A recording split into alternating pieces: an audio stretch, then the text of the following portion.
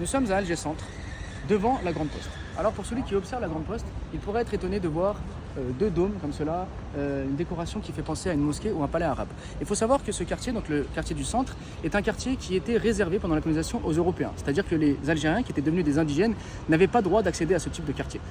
À partir de, dans les alentours de 1930, on a souhaité,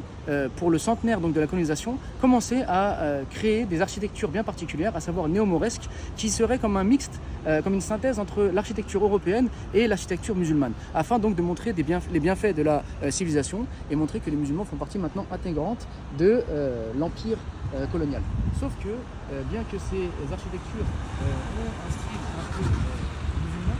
dans la pratique, les musulmans, les Algériens étaient des indigènes qui étaient jugés par le code de l'indigénat et donc qui étaient privés de tout droit. Mais ce qui est intéressant de noter, c'est qu'à partir de 1930, lorsqu'il y a eu le centenaire de la colonisation, il y a eu comme un déclic chez les Algériens. En 1931, l'association des ulama a été lancée et il y a une révolution culturelle, une révolution spirituelle, une révolution intellectuelle qui a été lancée pour redynamiser l'identité musulmane afin d'aller vers le chemin de la liberté, vers le chemin de l'indépendance. Donc même si cette architecture a voulu montrer les bienfaits de la colonisation, a voulu être une synthèse entre, on va dire, l'architecture donc européenne et l'architecture musulmane, eh bien dans les faits la politique était contre les Algériens, contre les indigènes, et petit à petit ils ont fait cette révolution qui a fait qu'aujourd'hui l'Algérie est un pays qui est libre et que les Algériens sont un peuple fier.